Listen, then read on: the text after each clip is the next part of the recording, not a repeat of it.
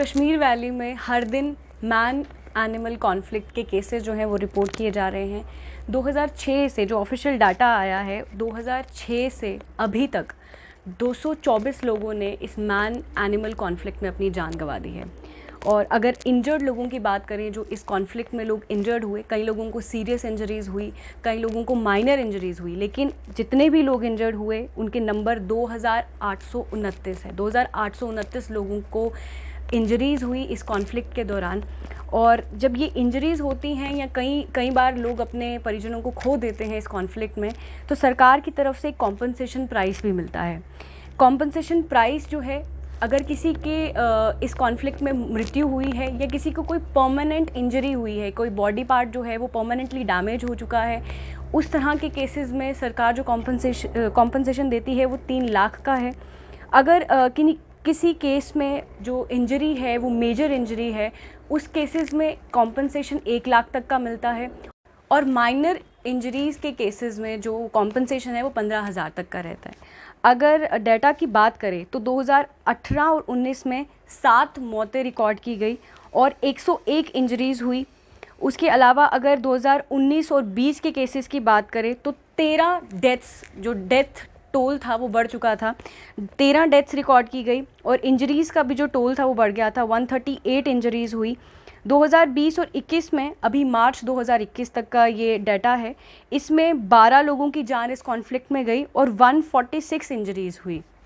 अभी हाल ही में अगर पता हो आपको तो कश्मीर वैली से 2 केसेस आए थे जहाँ पे लेपर्ड अटैक हुआ था। एक गांदरबल में हुआ था, एक बड़गाम में हुआ था, जहाँ 2 माइनर लड़कियाँ इस कॉन्फ्लिक्ट का शिकार हुई, लेपर्ड का शिकार हुई और उसी के कारण उनकी मृत्यु भी हो गई।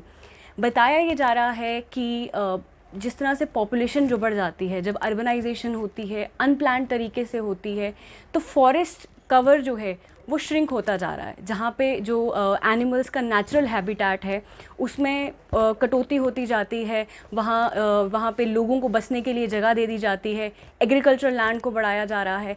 तो इसी तरह के ये जो इंसिडेंट्स हैं, इससे एनिमल्स को जो नेचुरल हैबिटेट मिलना चाहिए वो नहीं मिल पाता, जानवरों को, वाइल्ड लाइफ को जो खाना चाहिए वो नहीं मिल पाता, जिसके कारण वो शहरों की तरफ आते हैं।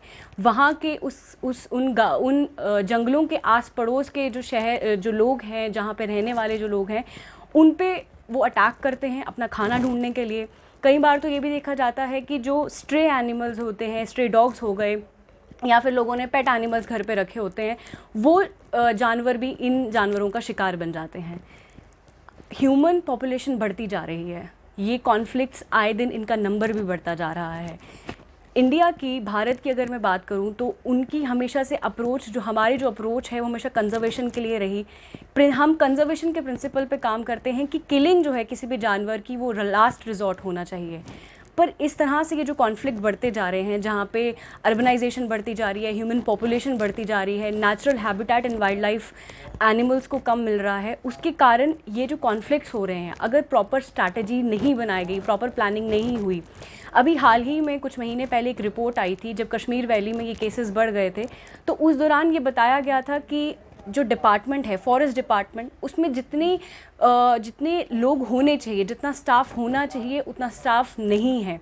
वैकेंसीज़ बहुत हैं फॉरेस्ट डिपार्टमेंट में, और स्टाफ ना होने के कारण प्रॉपर स्टडी, प्रॉपर रिसर्च नहीं हो पाती।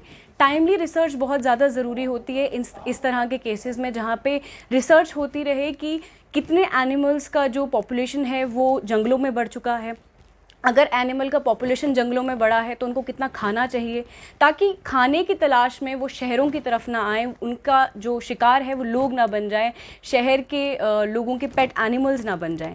इस तरह की रिसर्चेस टाइमली हो जानी चाहिए, तभी सॉल्यूशन की तरफ हम बढ़ सकते हैं। क्योंकि इस खतरे को, ये जो कॉन्फ्लिक्ट है, इसे आप कुछ देर के लिए डिले कर सकते हैं, पर अगर इसे प्रॉपरली स्ट्रैटेजिकली इसे टैकल नहीं किया गया तो ये सिर्फ डेडली कॉन्फ्लिक्ट बन के नहीं, एक फुल ब्लोन वॉर बनकर सामने आ जाएगा।